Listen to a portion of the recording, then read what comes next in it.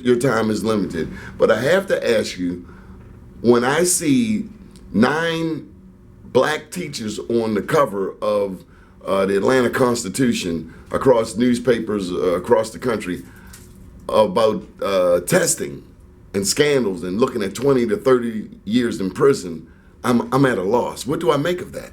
Well, unfortunately, it seems that education's become like a video game.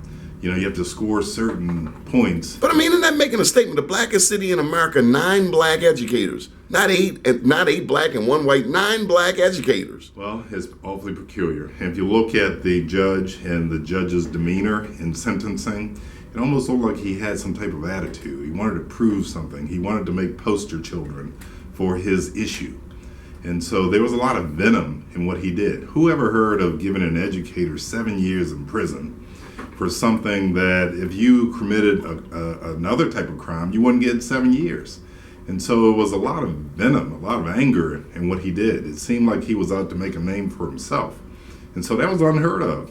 But, it's, again, when you have education that's become almost like a video game, where you have to score points even to keep your own pay.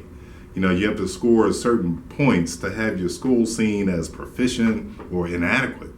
The school might close because the school doesn't score certain points in standardized testing.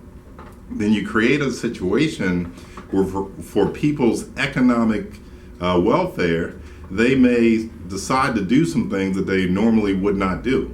And so the game has changed. So instead of a teacher being able to just teach for the love of teaching, teachers had to reach certain scores, but the field is unfair. And so we have full inclusion in the classroom where everyone's in the classroom. They talk about differentiated instruction, which means that the teacher is supposed to be able to teach to everybody and get results, but yet everyone's not on the same grade level in math and also in reading.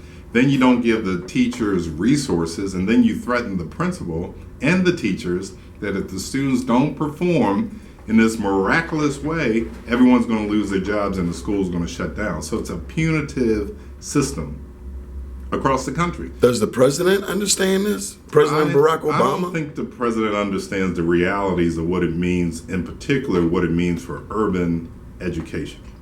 We've been at a deficit in terms of resources. We've been at a deficit in terms of